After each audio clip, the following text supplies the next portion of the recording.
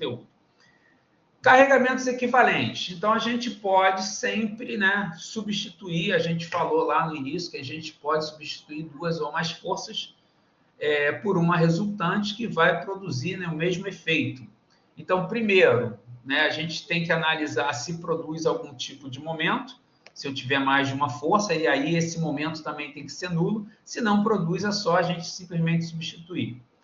Nesse caso específico aqui, a gente está falando de uma viga, né, que está apoiada, esses dois triângulos representam apoio, isso que está desenhado em azul representa a viga, e toda vez que vocês tiverem várias setas assim apontando, a gente chama de carregamento distribuído. Uma parede em cima de uma viga, é um carregamento distribuído.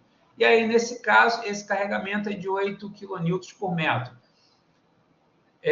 Tem um equívoco aqui, tá, gente? Porque esse K aqui do quilonewton é um K minúsculo. Então, de onde eu tirei lá, que é um vídeo, que também o material, o conteúdo encaminha para esse vídeo, precisa ser ajustado por um K minúsculo. Como é que eu substituo essa carga distribuída? Regra simples. Quando for uma carga distribuída desse tipo, que é uma carga que representa um retângulo, a gente simplesmente pega e multiplica a extensão da carga pelo valor da carga e depois a gente vai colocar esse resultado como uma carga que a gente chama de carga concentrada, ou seja, uma única força, e a gente vai colocar no centro da distribuição, porque tem a ver com o centroide, né? O centroide desse retângulo. Em outras formas, né? Se eu tiver outros desenhos diferentes, na verdade, a carga concentrada que você pode colocar no lugar dessa distribuição ou de qualquer distribuição, ela sempre vai corresponder à área que está em jogo. Então, aqui, a área que está em jogo é a área de um retângulo. Por isso que eu disse que a gente multiplica ali a extensão pela altura. Mas, independente de ser retângulo ou não, qualquer área que aparecer, basta você calcular o valor da área. Então, a força aqui ela vai ser representada pela área, e aí a gente sabe que a área do retângulo é a base vezes a altura, e aí substituindo a gente tem uma força que vai ser a base 2 metros vezes 8 kN por metro, e aí corta metro por metro, a gente vai ter no final das contas uma força de 16 kN. E onde é que essa força entra?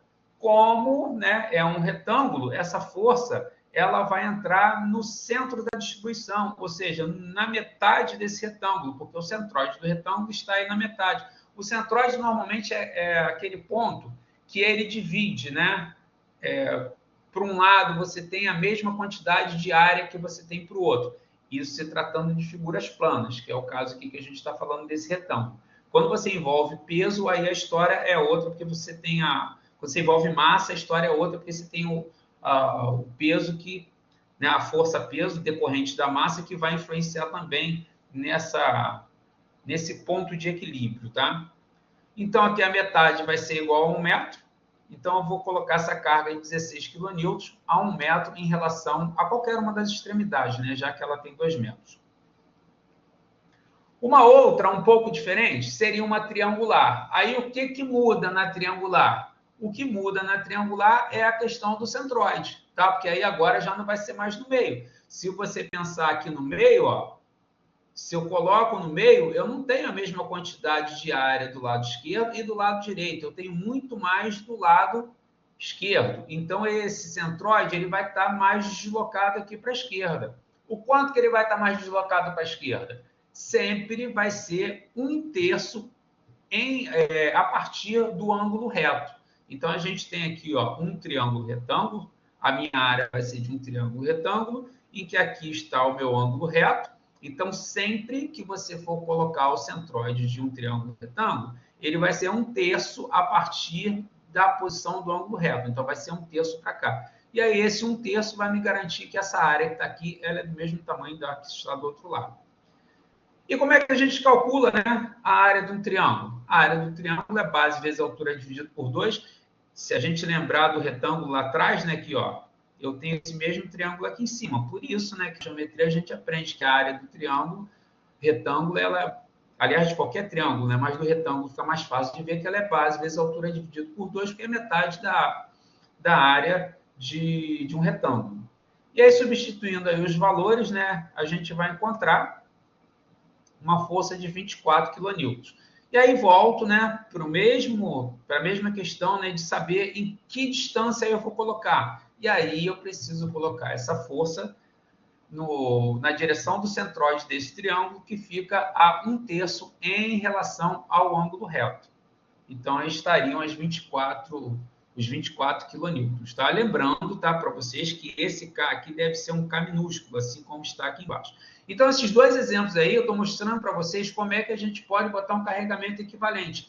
E isso é muito importante, porque quando for estudar vigas, quando for dimensionar vigas, quando vocês forem ter que fazer diagramas de esforço cortante, diagramas de momentos fletores, vocês vão trabalhar tanto com cargas concentradas como com cargas distribuídas.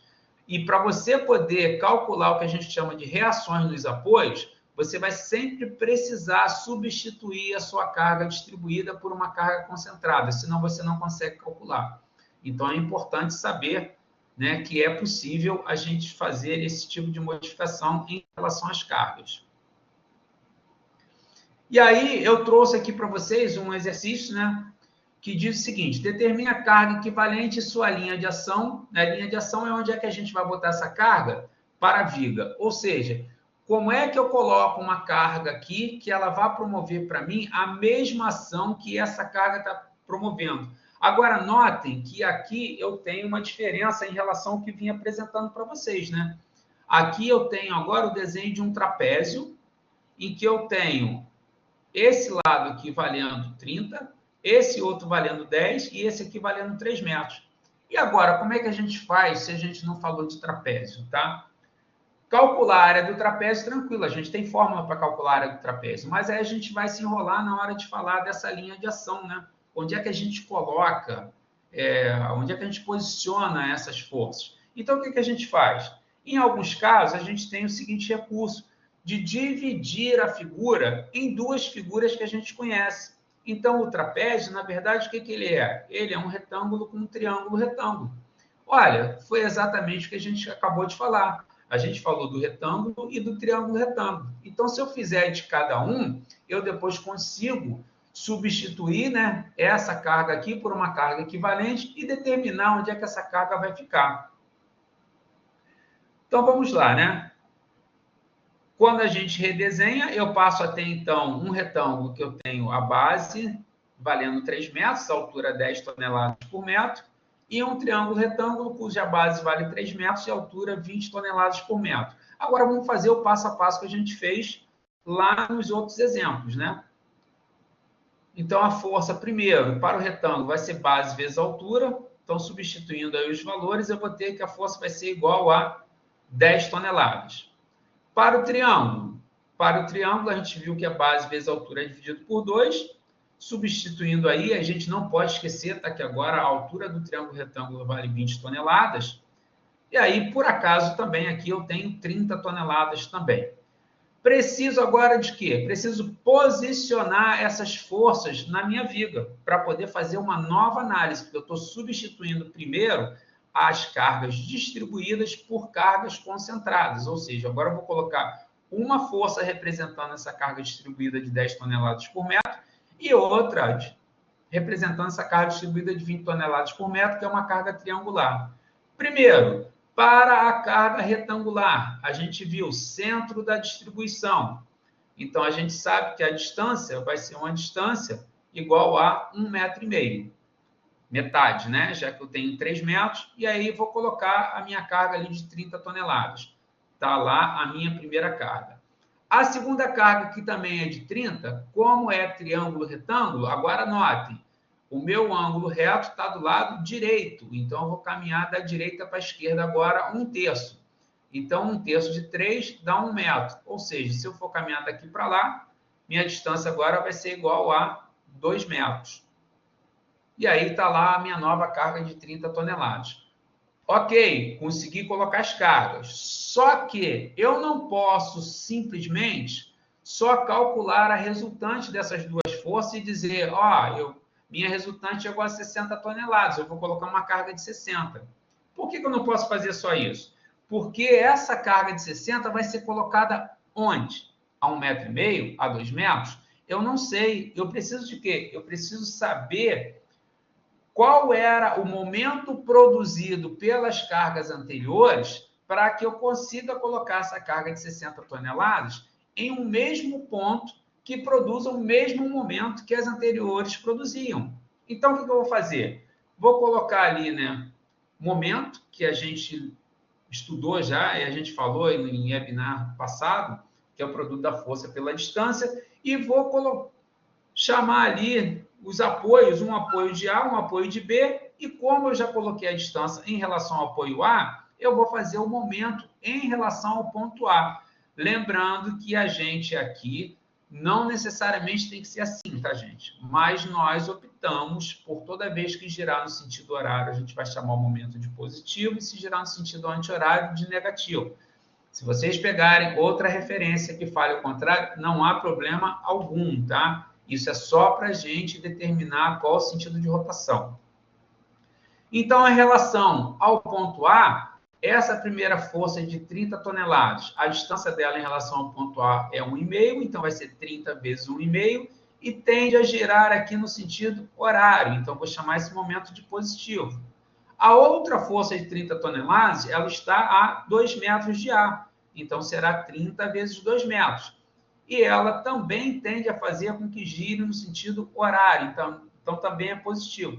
Lembrando, tá, gente, que eu disse a vocês que momento é quando produz ou tende a produzir movimento de rotação. Então, eu estou esquecendo aqui o ponto B, porque eu estou fazendo em relação ao ponto A. Então, essas forças, em relação ao ponto A, elas tendem a fazer com que a viga gire no sentido horário, tá bom? Se fosse em relação ao ponto B, ó, elas tenderiam a fazer que girasse no sentido anti-horário. A gente optou por escolher A. Então, esse momento em relação ao ponto A, fazendo as contas, ele vai me dar um valor de 105 toneladas vezes metro. E como é que eu calculo agora o momento dessa minha resultante de 60 toneladas? Ou seja, a que distância que essa força precisa ser colocada para produzir um momento de 105 toneladas metro? Simples. Eu vou pegar R, multiplico por D e tem que dar quanto? 105. Então, a minha resultante, que vale 60 toneladas, vezes a minha distância, tem que dar 105. Isolando aqui a distância, ela vai ser 105 dividido por 60, que vai me dar uma distância de 1,75 metros. Então, notem que, na verdade, eu coloquei ali um lugar qualquer, né, para poder desenhar e calcular a posição dessa resultante, mas, na verdade, ela não está naquele ponto, né? Ela está exatamente entre as duas cargas de 30 a 1,75 metros. Ok? Então, não necessariamente você desenha e depois você coloca novamente no lugar que é o lugar mais apropriado para ela.